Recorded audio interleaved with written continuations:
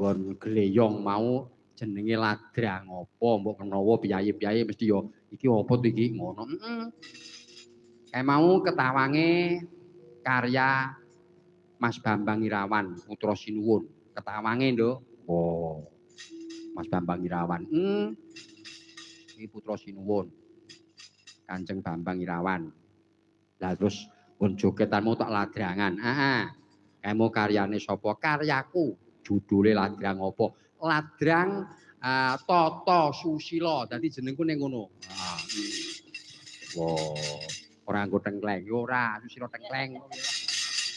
Wah, Tata Susila. Dadi emu ladrang Tata Susila, ketawange Mas Bambang, terus tak gathuke karo ladrangku. Wah, ngono. Saiki wis iso ngarang teko ladrang. Wah. Ya sithik-sithik, Nduk. Wah, ngono. Ladrang Tata Susila. Dadi sumpen iki nek dienggo sejarah, kan jenenge ladrang Susila tengkleng. Wah, ya. Ya. Ya coba, monggo Mas Hartono. Ya. Amanangi jaman etan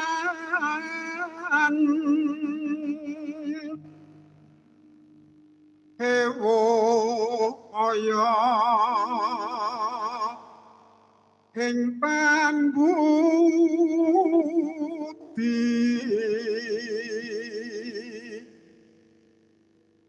harap ngetan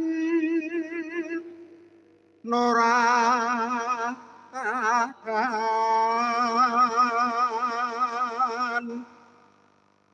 yen tan melu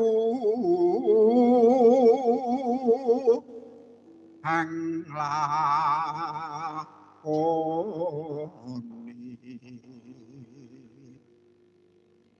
boya keduman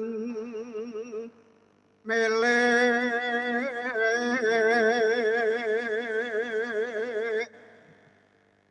kaliran wakasan nipun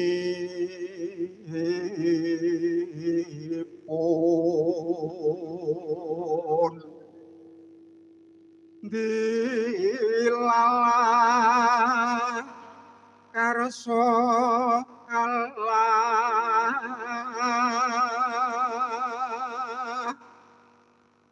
bejo becah nekang lali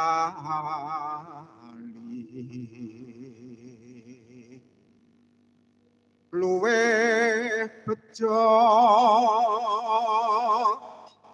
wong eling lawan waspada.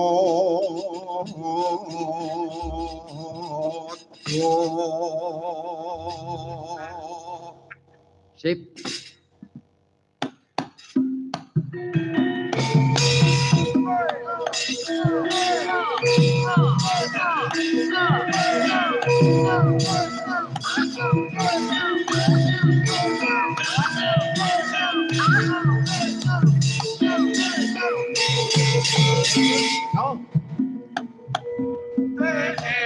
Zaman edan, zaman edan, rakakuman, meluwedan orang tahan, bolak-balik zaman, masing-masing rebutan, yang cilik yang dikembang, saya zaman reformasi, korupsi malah.